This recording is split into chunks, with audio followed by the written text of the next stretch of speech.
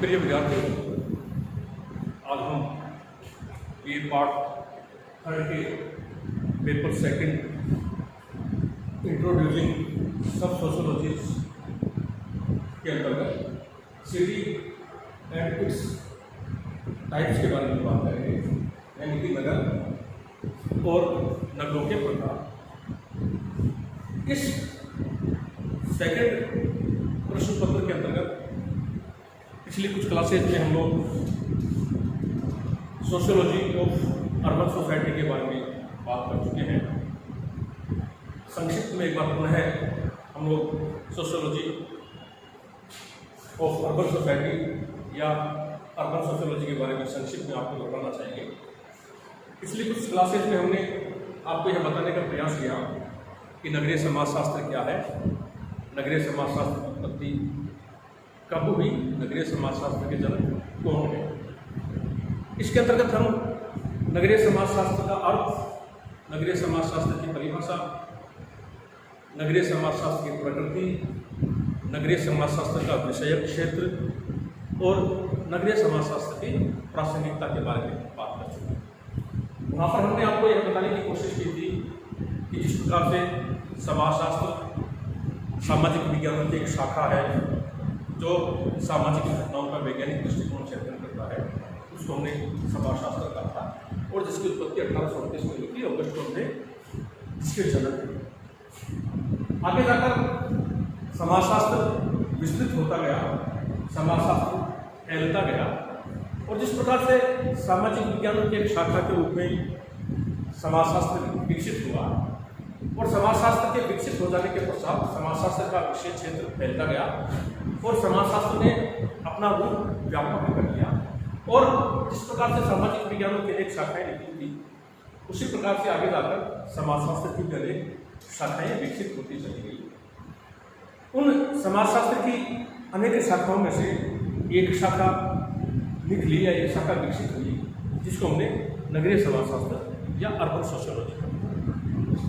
वहाँ पर हम ये बात कर रहे थे कि जिस प्रकार से समाजशास्त्र सामाजिक विज्ञानों की एक शाखा है, ठीक उसी प्रकार से नगरीय समाजशास्त्र भी समाजशास्त्र की एक शाखा है।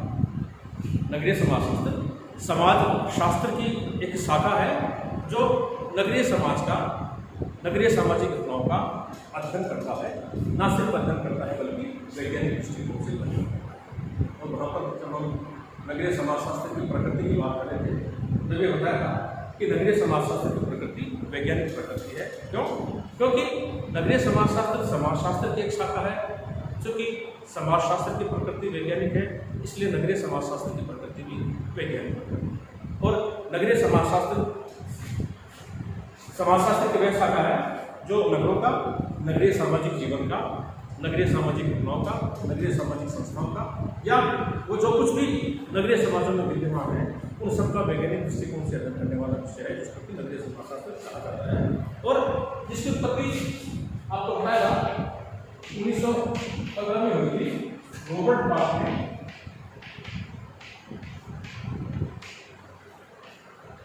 द सिटी नामक पुस्तक लेकर इस नगरीय समाजशास्त्र विषय की नींव डाली थी, या यूँ कहें कि तब से नगरीय समाजों का अध्ययन प्रारंभ हुआ। ये कुछ बातें हम लोग सोशियोलॉजी ऑफ अर्बन सोसाइटी या नगरीय समाजशास्त्र के बारे में इसकी कुछ क्लासेज में कर चुके हैं। वहाँ पर हमने आपको यह भी बताने का प्रयास किया था कि नगरीय समाजशास्त्र को समझने के लिए यह जरूरी है कि हम नगरों को समझें, क्योंकि बिना नगरों को समझे हम लोग नगरीय समाजशास्त्र को नहीं समझ सकते। क्योंकि नगरीय समाजशास्त्र पूरी तरह से नगरों पर आधारित है, नगरों का अध्ययन करता है, नगरीय सामाजिक घटनाओं का अध्ययन करता है, नगरीय सामाजिक संबंधों का अध्ययन करता है, नगरीय सामाजिक संस्थाओं का अध्ययन करता है। इसलिए जब तक हम लोग नगर या सिटी को नहीं समझ सकते तब तक हम लोग नगरीय समाजशास्त्र को नहीं समझ सकते। वहाँ पर हम ये बात कर रहे थे कि नगर कैसे बने, नगरों की उत्पत्ति कैसे हुई, नगरों का विकास कैसे हुआ। वहाँ पर हमने आपको बताने की कोशिश की थी कि नगरों की उत्पत्ति या नगरों के विकास की जहाँ तक बात है, दो तीन बड़े महत्वपूर्ण कारक हैं जिसके कारण नगरों का विकास हुआ है, नगरों की उत्पत्ति। वहाँ पर हम ये बात कर रहे थे कि जनसंख्या वृद्धि, औद्योगिकरण और नगरीकरण के परिणाम स्वरूप नगरों की उत्पत्ति हुई। जैसे जैसे जनसंख्या बढ़ती गई, औद्योगिकरण प्रारंभ हुआ, उत्पादन उद्योगों के द्वारा होने लगा, नगरीकरण की प्रक्रिया को बढ़ावा मिला, ग्रामीण क्षेत्र के लोग रोजगार की तलाश में शहरों के पलायन करने लगे, तो नगरों की उत्पत्ति या नगरों का विकास प्रारंभ हुआ। तो ये जो महत्वपूर्ण कारक है जनसंख्या वृद्धि, औद्योगिकरण और नगरीकरण, इन सब ने नगरीकरण के नगरों के विकास को बढ़ावा दिया और आगे जाकर नगर अपना व्यापक रूप में अस्तित्व में आ गया। आज उसी के अंतर्गत चूंकि हम आपको बता चुके हैं कि नगरीय समाजशास्त्र को समझने के लिए यह जरूरी है कि लोग नगरों को समझें, बिना नगर या सिटी को समझे हम लोग नगरीय समाजशास्त्र को नहीं समझ। तो आज हम बात करेंगे सिटी एंड इट्स टाइप, नगर और नगरों के प्रकार। नगर क्या होते हैं, नगरों की उत्पत्ति कैसे हुई, नगरों का विकास कैसे हुआ और नगरों के प्रकार क्या हैं। तो सर्वप्रथम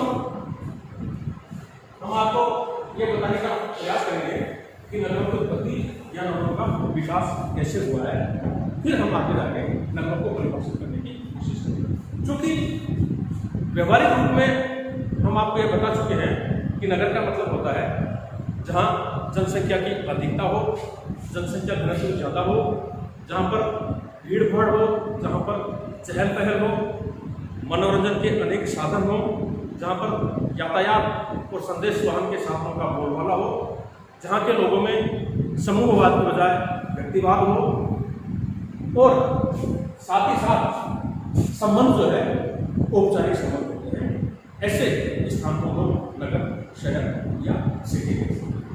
इसकी उत्पत्ति और विकास की जहाँ तक बात है, ऐतिहासिक दृष्टिकोण से इसको इस प्रकार से कहा जा सकता है, नगरों की उत्पत्ति या नगरों के विकास के बारे में ऐतिहासिक दृष्टिकोण से हम देखें तो ऐसा कहा जा सकता है कि धातु युग, नगरों की उत्पत्ति और नगरों के विकास के बारे में हम इसको ऐसे बताने का प्रयास कर सकते हैं कि धातु युग और कृषि के क्षेत्र में, धातु युग और कृषि के क्षेत्र में अतिरिक्त उत्पादन के साथ ही मानव सभ्यता के ये केंद्र विकसित हुए।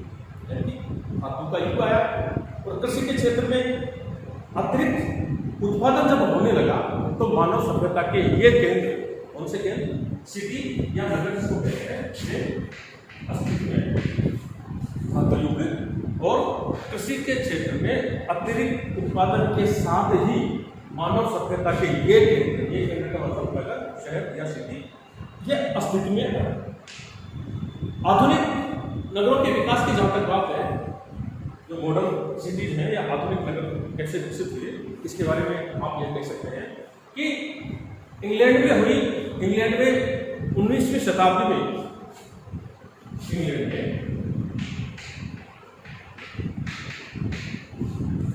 19वीं शताब्दी में जो औद्योगिक क्रांति हुई, उस औद्योगिक क्रांति के परिणाम स्वरूप नगरों का विकास प्रारंभ हुआ। इंग्लैंड में 19वीं शताब्दी में जो औद्योगिक क्रांति हुई, वहां से नगरों का विकास प्रारंभ हुआ। विल स्ट्रीट कहते हैं,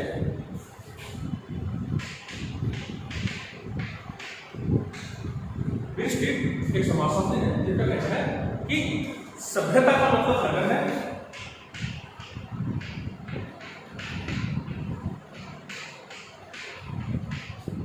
विल का कहना है कि सभ्यता का अर्थ है नगर और नगर का अर्थ है सभ्यता। यानी कि नगरों को सभ्यता के केंद्र माने जाते हैं, इसलिए सभ्यता से तात्पर्य नगर है और नगर है इसका मतलब वहां सभ्यता है, ऐसा विल स्ट्रीट का कहना है। और आगे जाकर कहते हैं कि नगरों से तात्पर्य या नगर का अर्थ है कि जहां पर बहुत चहल पहल हो, नगर में है जहां पर बहुत चहल पहल हो, बहुत भीड़ भाड़ हो और प्रचुर मात्रा में यातायात और संदेश वाहन के साधनों का जाल बिछा हो। नगर से तात्पर्य जहां पर बहुत ज़्यादा चहल पहल हो, बहुत ज़्यादा भीड़ भाड़ हो, यातायात और संचार के साधनों का या संदेश वाहन के साधनों का जाल बिछा हुआ हो, साथ ही साथ व्यावसायिक, वाणिज्य और मनोरंजन के केंद्र, चहल पहल है, भीड़ भाड़ है, प्रचुर मात्रा में यातायात के साधन है, संदेश वाहनों का जाल बिछा हुआ होता है, साथ ही साथ व्यावसायिक, वाणिज्य और मनोरंजन के केंद्र होते हैं। नगर के स्थान है जहाँ पर ज़्यादा से ज़्यादा व्यवसाय होते हैं, ज़्यादा से ज़्यादा वहाँ पर मनोरंजन के केंद्र होते हैं और शिक्षा, धर्म और व्यवसाय की अनेक संस्थाएं होती हैं। जैसा कि हमने आपको बताया, जनसंख्या अधिक होने के कारण, जनसंख्या अधिक होने के कारण वहाँ पर अनेक प्रकार के जो है मनोरंजन के केंद्र स्थापित हो जाते हैं और अनेक प्रकार की वित्तीय संस्थाओं का उदय हो जाता है। जैसे शिक्षा, धर्म और व्यवसाय की अनेक संस्थाएं होती हैं। एक बहुत बड़ी जनसंख्या नगरों में निवास करती है और व्यक्तियों के मध्य औपचारिक संबंध होते हैं, क्योंकि जनसंख्या का आधिक्य होने के कारण लोग एक दूसरे से कम ही मतलब रखते हैं। व्यक्तिवादिता का वहाँ पर बोलबाला होता है और जो सामाजिक संबंध होते हैं उन सामाजिक संबंधों में घनिष्ठता का अभाव होता है। सामाजिक संबंध दिखावटी होते हैं, बनावटी होते हैं। अर्थात समाजशास्त्र दृष्टिकोण से देखें तो जो नगरीय लोग हैं, जो नगर में रहने वाले हैं, उन लोगों के मध्य जो सामाजिक संबंध होते हैं वो सामाजिक संबंध औपचारिक या दिखावटी सामाजिक संबंध होते हैं। अगर कानूनी दृष्टिकोण से देखा जाए तो नगर वह स्थान है जहाँ एक निश्चित जनसंख्या से अधिक, कानूनी दृष्टिकोण से अगर हम लोग नगर को देखें या परिभाषित करने की कोशिश करें तो हम ये कह सकते हैं कि नगर वे स्थान है जहाँ पर एक निश्चित संख्या से अधिक जनसंख्या जहाँ पर निवास करती है और जहाँ एक निश्चित सीमा के अंतर्गत, एक तो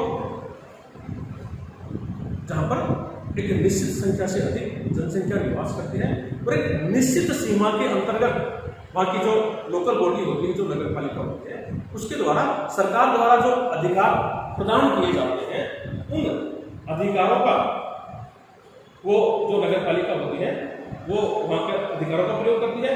इसलिए हम ये कह सकते हैं कि नगर एक शासकीय है, यानी जो लोकल बॉडी होती है, वहाँ की जो स्थानीय सरकार होती है, जिसको कि सरकार के द्वारा कुछ अधिकार प्रदान किए जाते हैं, वह नगर पालिका या वहाँ की लोकल बॉडी अपने अधिकारों का इस्तेमाल करती है और साथ ही साथ हम ये कह सकते हैं कि वह एक शासकीय इकाई है।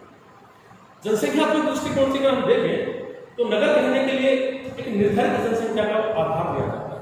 जैसे कि बता चुके हैं, नगर से तात्पर्य जहाँ पर जनसंख्या का आधिक्य हो। तो जनसंख्यात्मक दृष्टिकोण से अगर हम लोग नगरों को परिभाषित करें तो हम यह कह सकते हैं कि नगर रहने के लिए एक निर्धारित जनसंख्या को आधार दिया जाता है। जनसंख्या का निर्धारण मनमर्जी से किया जाता है। पहले यह जनसंख्या 8000 थी, बाद में इसे 4000 किया गया, अंततः यह 2500 भारत में अगर हम लोग नगर को परिभाषित करने की कोशिश करें जनसंख्यात्मक दृष्टिकोण से तो हम ये कह सकते हैं कि जो 1961 का जो सेंसस था, 1961 की जनगणना के अनुसार भारत में अगर 5000 से अधिक की आबादी है, भारत के संदर्भ में भारत के संदर्भ में अगर हम देखें तो नगर रहने के लिए जो जनसंख्यात्मक दृष्टिकोण है, जो जनसंख्यात्मक आधार है, वो 1961 की जनसंख्या के 1961 की जनगणना के अनुसार जहाँ की आबादी 5000 से अधिक है उसे भारतीय संदर्भ में हम लोग नगर या शहर कह सकते हैं। व्यावसायिक दृष्टिकोण से अगर देखा जाए तो विल्कोक्स का कहना है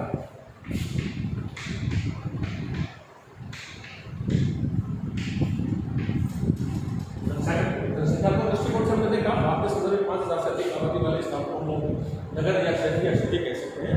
और अगर व्यावसायिक दृष्टिकोण से देखा जाए तो विल्कोक्स ने बताया कि जहाँ का मुख्य व्यवसाय है, जनसंख्यात्मक दृष्टिकोण से हम लोग देख चुके हैं, आपके संदर्भ में अगर हम बात करें तो 5000 से अधिक की आबादी जहाँ पर है उसको लोग नगर शहर या सिटी कह सकते हैं। और व्यावसायिक दृष्टिकोण से अगर देखा जाए तो विल्कोक्स ने यह बताने का प्रयास किया है कि जहाँ का मुख्य व्यवसाय कृषि है, जहाँ का, ये हम आपको पूर्व में भी बता चुके हैं जब नगरीय समाजशास्त्र को परिभाषित कर रहे थे, कि जहाँ का मुख्य व्यवसाय कृषि है उसको तो गांव या ग्राम कहा जाता है, और जहाँ का मुख्य व्यवसाय कृषि नहीं है उसको हम लोग नगर या शहर कह सकते हैं। यानी कि जहाँ के लोग गैर कृषि कार्य में संलग्न होते हैं या कृषि के अतिरिक्त और किसी कार्य में संलग्न होते हैं तो उसको नगर या शहर कह सकते हैं। ठीक है, इसको कैसे विल्कोक्स ने बताया जहाँ मुख्य व्यवसाय कृषि है उसे गांव, तथा जहाँ कृषि व्यवसाय नहीं है उसे नगर कहेंगे। यानी कि जहाँ के लोग कृषि के अतिरिक्त गैर कृषि कार्य में लगे हुए होते हैं, गैर कृषि कार्य में संलग्न होते हैं, उसको जो है नगर या शहर का कहा जा सकता है, ऐसा बिल्कुल नहीं होता है। समाजशास्त्र दृष्टिकोण से अगर हम नगर को परिभाषित करें तो हम यह कह सकते हैं कि समाजशास्त्र दृष्टिकोण से, और इसके अंतर्गत ममफोर्ड ने बताया है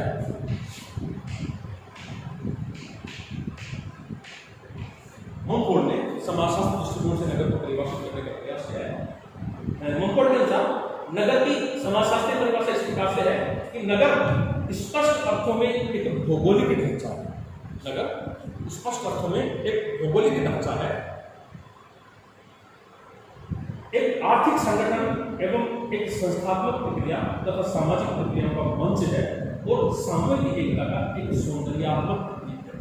ममफोर्ड कहते हैं कि नगर स्पष्ट अर्थों में एक भौगोलिक ढांचा है, एक आर्थिक संगठन एवं संस्थात्मक प्रक्रिया तथा सामाजिक प्रक्रियाओं का मंच है और सामूहिक एकता का एक सौंदर्यात्मक प्रतीक है। ये ममफोर्ड ने समाजशास्त्र दृष्टिकोण से इसको परिभाषित करने की कोशिश की है और बर्गल ने नगर को परिभाषित किया है। जैसा कि हम पूर्व में बर्गल के बारे में बात करते हैं, आपको सोशियोलॉजी सूत्र में कहा है कि कोई भी ऐसी बसावट जहां अधिकांश निवासी कृषि के अतिरिक्त गतिविधियों में लगे हुए हैं।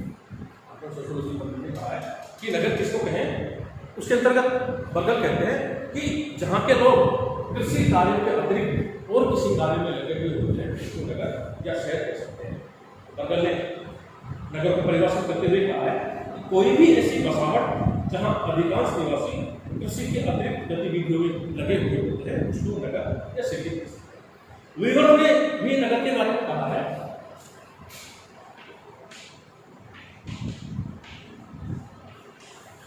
वीवर कहते हैं कि सामाजिक रूप से विषमता लिए हुए व्यक्तियों की स्थायी बसावट, सामाजिक रूप से विषमता लिए हुए व्यक्तियों की स्थायी बसावट जो अपेक्षाकृत बृहद एवं सघन है तो नगर कहेंगे। यानी कि विभक्त जो है सघनता, आकार और विषमता पर जोड़ देते हैं। एक तो सघनता का मतलब जहां पर जनसंख्या बहुत अधिक हो। दूसरा उन्होंने बताया बड़ा आकार,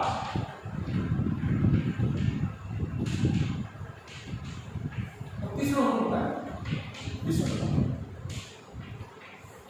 क्योंकि एक निश्चित भौगोलिक क्षेत्र में एक निश्चित संख्या से अधिक लोग निवास करते हैं तो उसको उनका यहाँ पर सघनता हो, जनसंख्या का घनत्व अधिक हो। दूसरा इसका आकार बड़ा हो, जनसंख्या अधिक होने के कारण नगरों का जो आकार होता है गांवों से बड़ा होता है। तीसरा में कहते हैं कि यहाँ की मुख्य विशेषता है कि विषमता, लोगों में सामाजिक संबंधों में अनेक प्रकार की विषमताएं देखने को मिलती है। ऐसा विर्स्टेड ने 3 बातों पर जोर दिया है, सघनता, बड़ा आकार और विषमता। ये कुछ परिभाषाएं और नगरों के बारे में कुछ प्रारंभिक बातें थी जिसको समझे बिना हम लोग नगरीय समाजशास्त्र को नहीं समझ सकते। निष्कर्षतः या सारांश में कह सकते हैं कि नगर या शहर का तात्पर्य है कि जहाँ पर जनसंख्या का आधिक्य हो, जनसंख्या घनत्व ज़्यादा हो, जहाँ पर शहर पहल हो, जहाँ पर भीड़ भाड़ हो, जहाँ पर मनोरंजन के अनेक केंद्र हो और साथ ही साथ जहाँ पर यातायात और संदेश वाहन के साधनों का बोलबाला हो, वहाँ जाल बिछा हुआ हो। ठीक है। दूसरा, सामाजिक संबंधों में घनिष्ठता का अभाव हो, व्यक्तिवाद हावी हो, सामाजिक संबंध औपचारिक हो, दिखावटी हो, बनावटी हो। ऐसे स्थान को हम लोग नगर या शहर कह सकते हैं जहाँ पर उद्योगों का बोलबाला होता है।